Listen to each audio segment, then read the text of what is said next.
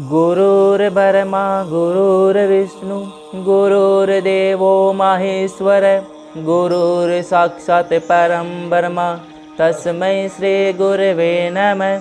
ध्यानमूलं गुरुमूर्ति पूजामूलं गुरुपदं ज्ञानमूलं गुरुवाक्य मोक्षमूलं गुरुकृपा। ओम नमो भगवते वासुदेवाय। ओम वक्रतुंड महाकाय सूर्यकोटि संप्रभ निर्विघ्नं कुरु मे देव सर्वकार्येषु सर्वदा। ओम। संक्षिप्त महाभारत प्रथम खंड आदि पर्व।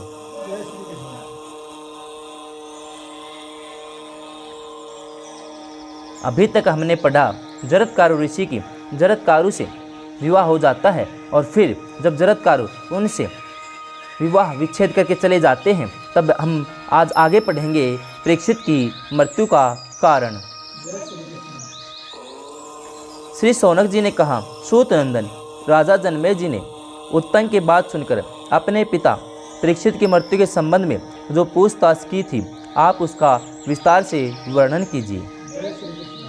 उग्र शर्वा जी ने कहा, राजा जनमेजय जी ने अपने मंत्रियों से पूछा, मेरे पिता के जीवन में कौन सी घटना घटित हुई थी कि उनकी मृत्यु किस प्रकार हुई थी। मैं उनकी मृत्यु का वृत्तांत सुनकर वही करूँगा जिससे जगत का लाभ हो। मंत्रियों ने कहा, महाराज, आपके पिता बड़े धर्मात्मा, उदार और प्रजापालक थे। हम बहुत संक्षेप में उनके चरित्र आपको सुनाते हैं। आपके धर्मज्ञ पिता मूर्तिमान धर्म थे। उन्होंने धर्म के अनुसार अपने कर्तव्य पालन में संलग्न चारों वर्णों की प्रजा की रक्षा की थी। उनका पराक्रम अतुलनीय था। वे सारी पृथ्वी की ही रक्षा करते थे। न उनका कोई द्वेषी था न वे किसी से द्वेष रखते थे। वे सबके प्रति समान दृष्टि रखते थे। उनके राज्य में ब्राह्मण, क्षत्रिय, वैश्य, शूद्र सभी प्रसन्नता के साथ अपने अपने क्रम में लगे रहते थे। विधवा, अनाथ, लंगड़े, लूले, गरीबों के खान पान का भार उन्होंने अपने ऊपर ले रखा था। उनकी प्रजा हष्ट पुष्ट रहती थी। वे बड़े ही श्रीमान सत्यवादी थे। उन्होंने कृपाचार्य से धनुर्वेद की शिक्षा प्राप्त की थी। भगवान श्री कृष्ण आपके पिता के प्रति बड़ा प्रेम रखते थे। विशेष दया और वे सभी के प्रेम पात्र थे। कुरुवंश के परीक्षण होने के कारण उनका जन्म हुआ था। इसी से उनका नाम परीक्षित पड़ा था। वे राजधर्म और अर्थशास्त्र में बड़े कुशल थे। वे बड़े बुद्धिमान, धर्मसेवी, जितेंद्रिय और नीति निपुण थे। उन्होंने 60 वर्ष तक प्रजा का पालन किया। इसके बाद सारी प्रजा को दुखी देखकर करके वे परलोक सिधार गए। अब यह राज्य आपको प्राप्त हुआ है। जनमेजय जी ने कहा, मंत्रियों, आप लोगों ने मेरे प्रश्न का उत्तर तो दिया ही नहीं। हमारे वंश के सभी राजा अपने पूर्वजों के सदाचार का ध्यान रखकर प्रजा के हितैषी और प्रिय होते आए हैं। मैं तो अपने पिता की मृत्यु का कारण जानना चाहता हूँ। मंत्रियों ने कहा, महाराज, आपके प्रजापालक पिता महाराज पांडु की तरह ही शिकार के प्रेमी थे। उन्होंने सारा राज्य हम लोगों पर ही छोड़ रखा था। एक बार वे शिकार खेलने के लिए वन में गए हुए थे। उन्होंने बाण से एक हरिण को मारा और उसके भागने पर उसका पीछा किया। वे अकेले ही पैदल बहुत दूर तक वन में हरिण को ढूंढते ढूंढते चले गए, परंतु उसे पा न सके। वे 60 वर्ष के हो चुके थे, इसलिए थक गए और उन्हें भूख भी लग गई। उसी समय उन्हें एक मुनि का दर्शन हुआ। वे मौनी थे। उन्होंने उन्हीं से प्रश्न किया, परंतु वे कुछ नहीं बोले। उसमें राजा भूखे और थके मांदे थे, इसलिए मुनि को कुछ न बोलते देखकर क्रोधित हो गए। उन्होंने यह नहीं जाना कि ये मौनी हैं, इसलिए उनका तिरस्कार करने के लिए धनुष की नोक से मरा हुआ सांप उठाकर उनके कंधे पर डाल दिया। मौनी मुनि ने राजा के इस करते पर भला बुरा कुछ नहीं कहा। वे चुपचाप शांत भाव से बैठे रहे। राजा ज्यों के तो वहाँ से उल्टे पाँव राजधानी में लौट आए। मौनी ऋषि समीक के पुत्र का नाम श्रृंगी था। वह बड़ा तेजस्वी और शक्तिशाली था।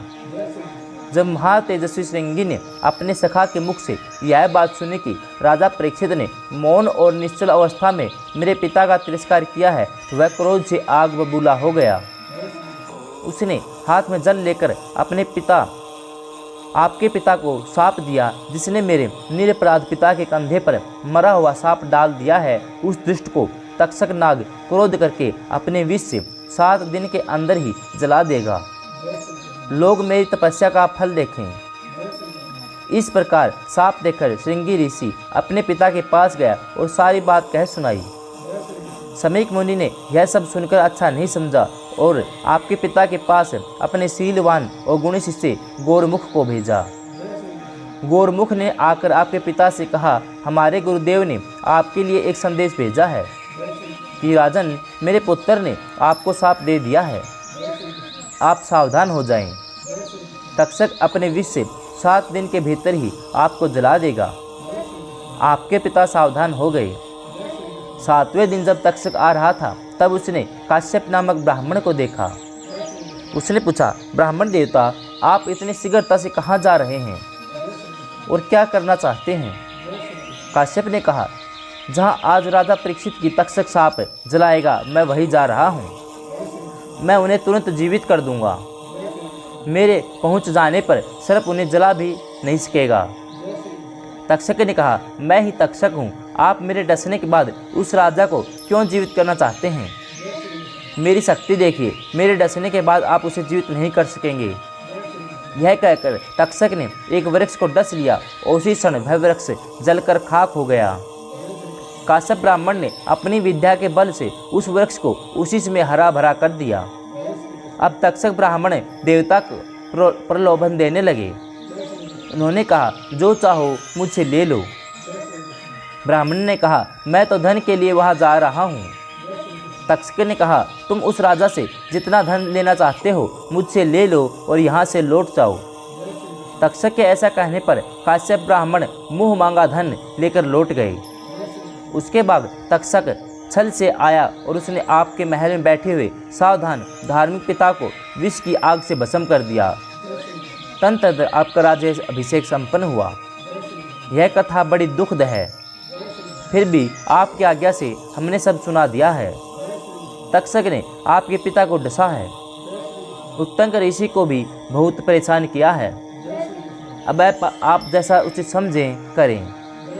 जन्मेजय जी ने कहा, मंत्रियों, तक्षक के डसने से वृक्ष की राख की डेरी हो जाना और फिर उसका हरा हो जाना बड़े आश्चर्य की बात है। यह बात आप लोगों से किसने कही?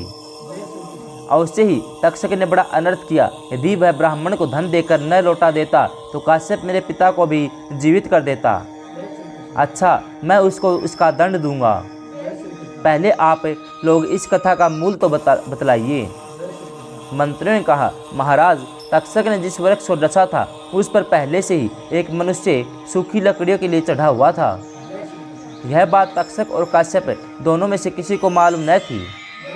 तक्षक के डसने पर वृक्ष के साथ वह मनुष्य भी भस्म हो गया था। काश्यप के मंत्र प्रभाव से वृक्ष के साथ वह भी जीवित हो गया। तक्षक और काश्यप की बातचीत उसी ने सुनी थी और वहाँ से आकर हम लोगों को सूचित की थी। अब आप हम लोगों का देखा सुना जानकर जो उचित हो कीजिए।